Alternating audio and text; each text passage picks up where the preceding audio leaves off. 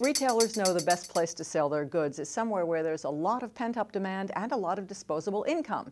Well, these days that would be the emerging markets. That would be the Middle East or the BRIC countries.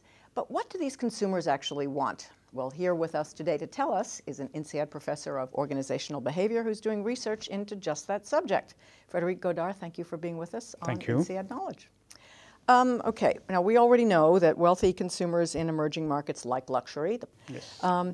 China's luxury spend in 2011 was 13 billion euros. That's up from 7 billion in 2009. That was according to Bain & Company. And your own research is showing that the Middle East and Russia are somewhere above $4 billion for the same period. That's how much people spend on luxury items. So what is fueling this growth?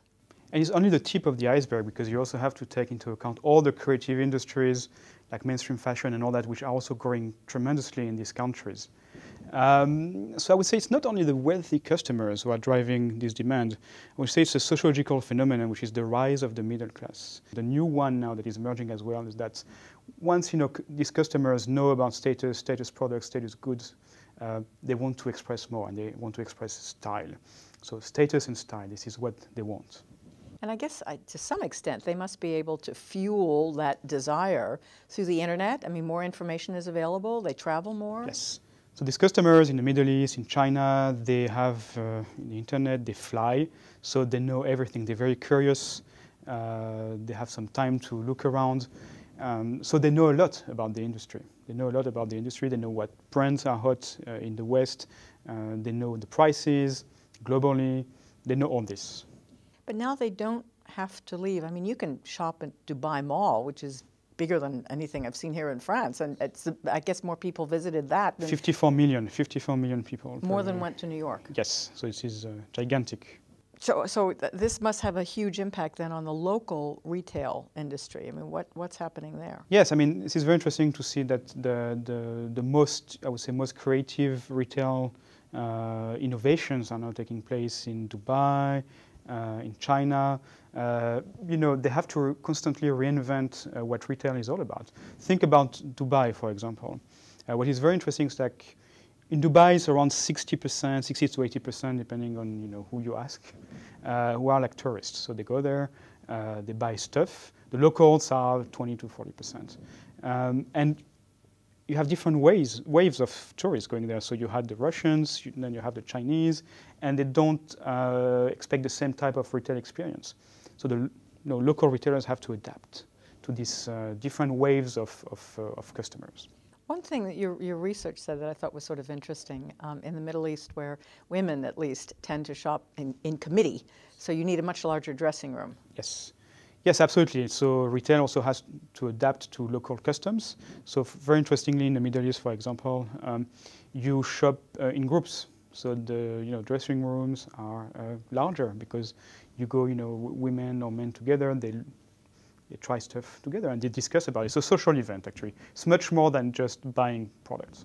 Now, you're currently working on a case study about the luxury retail and distribution in the Middle East. I don't want to go into that too much because I know it's still a work in progress. But from what you've seen so far, how do cultural practices combine with this taste for luxury in places like the Middle East or China? It's very interesting because German philosopher Friedrich Nietzsche said that you have fashion when tradition disappears, or fashion and luxury. Now, what is very interesting in the Middle East, and it's also true in China, is like you have this blend of tradition and modernity at the same time.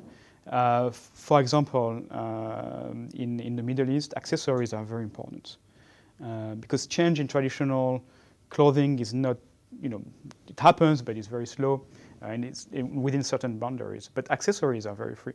Now, you also have the distinction between public space and private space. Fashion will be expressed in the private space, within the family, close friends. But the public space is not as fashionable as you would find in the West, especially for clothing, but it will be for accessories.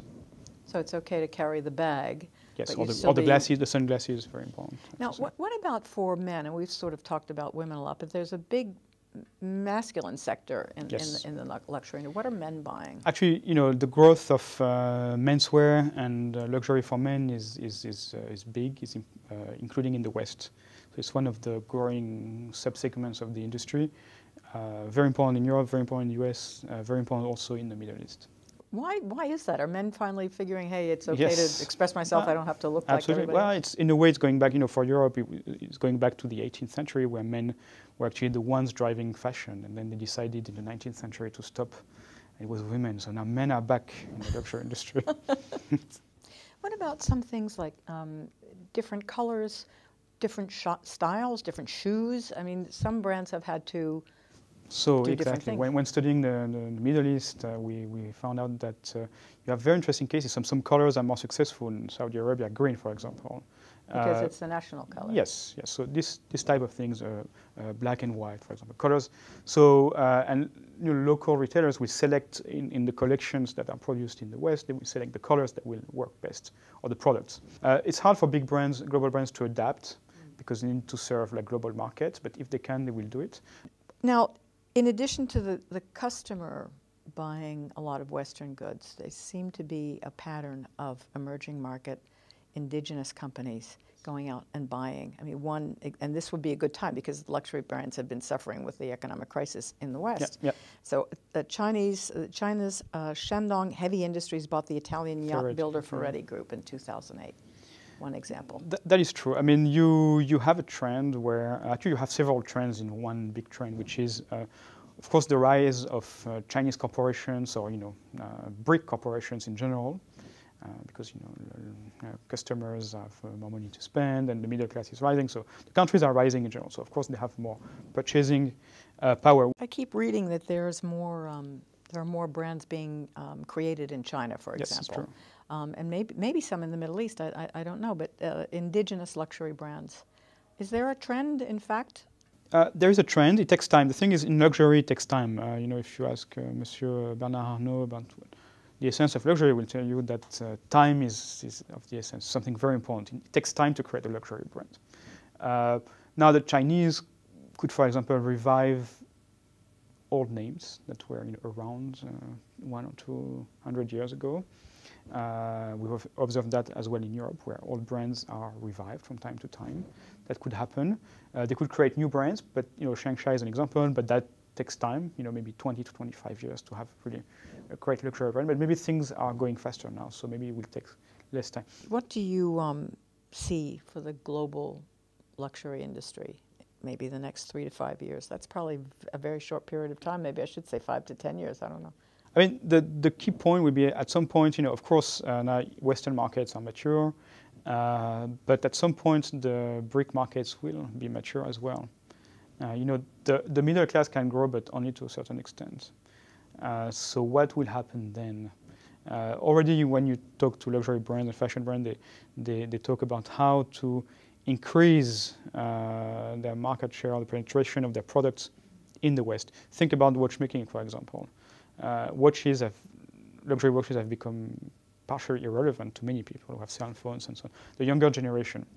Patek Philippe, had this fantastic PR campaign where they said, a watch, it's not for time, it's an investment. Let me end by asking you something that will draw on your training as a sociologist, because that was your emphasis. Okay. You mentioned several times in the course of the interview that as the middle class grows, that the taste for luxury and demand. Can we see this then as maybe a step towards a more democratic order or a more equitable wealth distribution? I mean, does it have a deeper sociological meaning, this growth of the luxury market?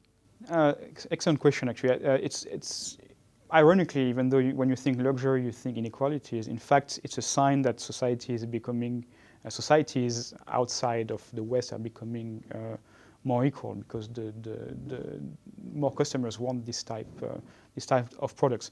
Now, of course, the ultimate evolution of the societies will depend on their political system, and it's hard to predict there what's going to happen. But overall, it sounds more like an optimistic trend? Yeah, it sounds good. I mean, people are becoming richer in many countries, so it's good. It's a good thing, I think. Professor Frédéric Godard, thank you for being with us. Thank you very much. INSEAD Knowledge. Thank you.